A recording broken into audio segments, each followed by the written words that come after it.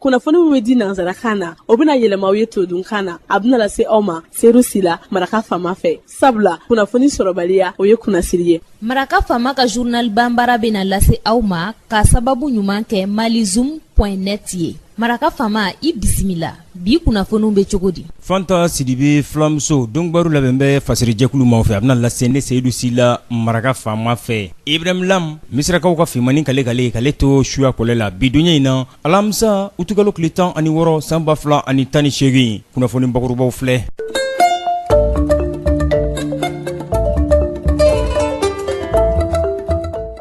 Bi alamisa dunya sɔgɔmada in na ministre min n'ale ɲɛsin bɛ administration territoriale ma a ye jaabi kunfɔlɔw a ye olu dangenemaya jamana ɲɛmaasigi kalata la an ka jamana kɔnɔ san 2018 Ibrahim Boubacar Keita jamana ɲɛmaa bɔta n'ale nɔngɔnkari kɛ a yɛrɛ nɔbilako la o y'i jɔ ni saraba ye kɛmɛ sarada la 67 tɔmi murumuru 17 ani maa min tun bɛ ɲɔgɔnna gwara daba fanga ɲinitɔnw ka ɲɛminɛ Sumayila Sise kɛmɛ sarada la 32 murumuru 83. Barabolo min bɛ n'an ko ma projet du centre pour le développement des vaccins CVD Mali a coordinateur a n'a baarakɛɲɔgɔnw tarata donya tɛmɛlen u dagayɔrɔ la u ye tile kelen fara ɲɔgɔn kan kunnafoni di ka ɲɛsin jamanadenw ma minnu n'u ka baarabolow bɛ ɲɛsin olu ma.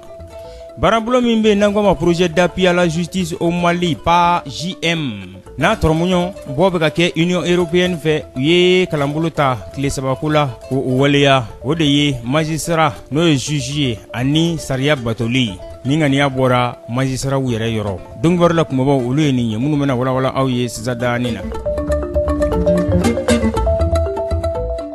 An bɔra k'a fɔ sisan dani na ministiriso min bɛ n'an ko ma administration territoriale n'a ɲɛminɛ bɛ Mohamed Ag Erlaf bolo a ye jaabi kunfɔlɔw dangenemaya sɔgɔmada in na jamana ɲɛmaasigi kalata a b'o ko fɔ an ka jamana kɔnɔ san 2018 tako filanan o waleyara utukalo tile 12 tɛmɛlen an kɔrɔ jamana ɲɛmaa bɔta Ibrahim Boubacar Keita n'ale ye nɔngɔnkari kɛ a yɛrɛ nɔbila ko la ale y'i jɔ ni saraba ye kɛmɛ sarada la 67 murumuru 17 ale y'i jɔ ni o ye ani maa min tun bɛ ɲɔgɔn na n'o ye Sumayila Sise kɛmɛ sarada la 32 murumuru 83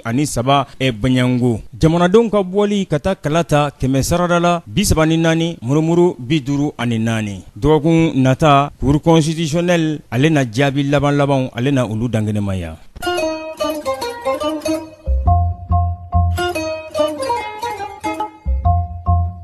Barabolo min bɛ n'an ko ma projet du centre pour le développement des vaccins CVD Mali a coordinateur a n'a cakɛɲɔgɔnw a tarata donya tɛmɛlen u dagayɔrɔ la u ye tile kelen fara ɲɔgɔn kan ni kunnafoni di u y'o waleya ka ɲɛsin jamanadenw ma minnu ni u ka baarabolo bɛ ɲɛsin olu ma n'olu b'u ka bolofaraw olu kɔnɔna na ani u sen bɛ se ka don kɛlɛbolo la cogo min na kɛlɛbolo min bɛ ba ani den olu fatuli ma bange kɛ waati. Dr Adama Mambi Keita ale ka fɔla a ko baarabolo ninnu tɔrɔmɔɲɔbɔ bɛna kɛ Fondation Bill et Melinda Gates de fɛ san 8 Banyango kɔnɔ a dabɔra kabini san 2016 waati. Dr Keita a y'a jira k'a fɔ fɛɛrɛ caman de bɛ ka sigi sen kan yaasa vaccin mun bɛ muso ani den ka fatuli ka dɔ b'o la kosɛbɛ bange kɛ waati ko wulikajɔw bɛ ka kɛ o ko bɛ se ka yakubaya cogo min na.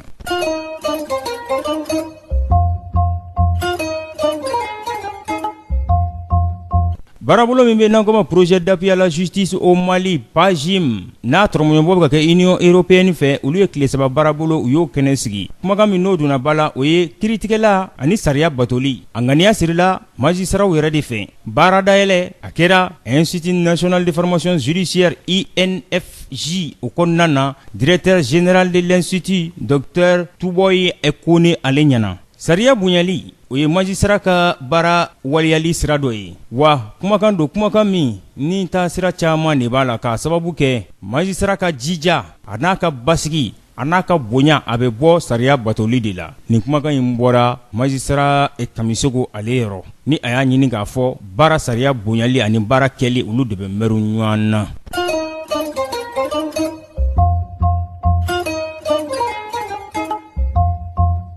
Kongokaw fe Gwara Daba Felix Kisekedi a jira k'a fɔ k'ale bɛ fɛ ka République démocratique du Congo jamanadenw ka sɔrɔ bolo waati furancɛ kɔnɔna na ko o yɛlɛn ka se fɔ sigiyɔrɔma 10 bɔɲango la. A ko République démocratique du Congo n'i ye jamanaden kelen kelen ka sɔrɔ bolo lajɛ k'o bɛ taa dolari wari 858 na k'ale b'o o lata fɔ 4288 na san kɔnɔna na. Yalima famuyali ka teliya k'a bɔ dolari wari kelen murumuru 25 ka taa dolari wari 11 murumuru 75 tile o tile jamanaden kelen bɛ se k'o sɔrɔ cogo min na. Kisekedi Ngwara Daba ale de ye nin fɔ République démocratique du Congo kɔnɔna na laseli dɔ senfɛ ka ɲɛsin denw baro ɲininaw ma.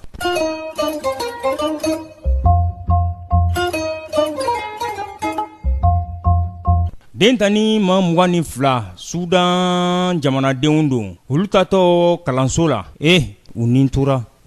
kunungo a kɛra ji de la u kɛtɔ ka ji tigɛ ka taa kalanyɔrɔ la u tun bɛ kuluni min kɔnɔ n'u y'o dilan n'u bɛ to ka don o kɔnɔ ka ji tigɛ ka taa ekɔliso la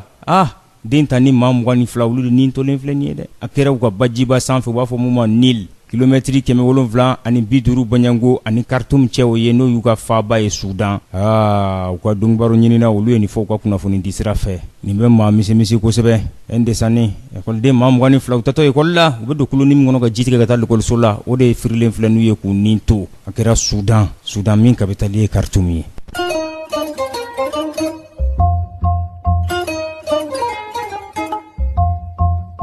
Farikolo ɲɛnajɛ lahalayaw la Adama Mayiga journaliste sportif radio Bɛnkan na yan nɔ ale bɛna ɲɛfɔli k'an ye o la a bɛna kuma senatolanci ani sanɔ cɛlu o lahalayaw kan. Adama bi kunnafoni u bɛ cogo di? Farikolo ɲɛnajɛ kunnafoni bi an bɛna kuma senatolanci ani bɔrɔladolanci kan. Donc an b'a daminɛ sɔrɔna dolanci ye hukumu kɔnɔna na sa Coupe du Mali a ta ko 58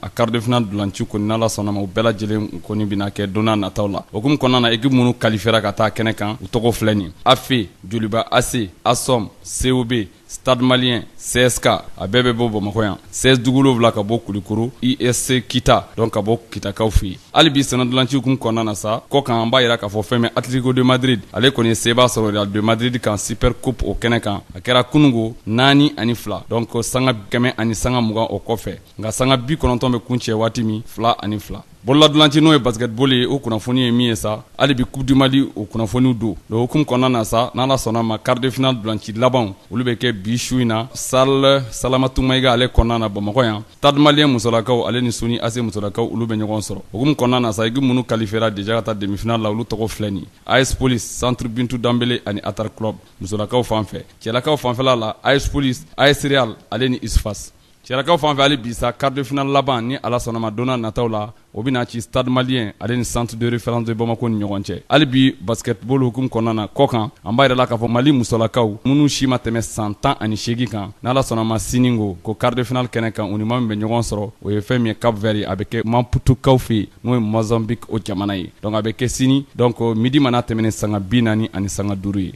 Adama Mayiga journaliste sportif radio Bɛnkan ale kumasoba in kɔnɔ an b'i fo i ka nin kunnafoni ninnu dili la senatolanci lahalayaw ani sanacɛlu lahalayaw kan. Adama a k'an bɛn don wɛrɛ ni Ala sɔnna ma.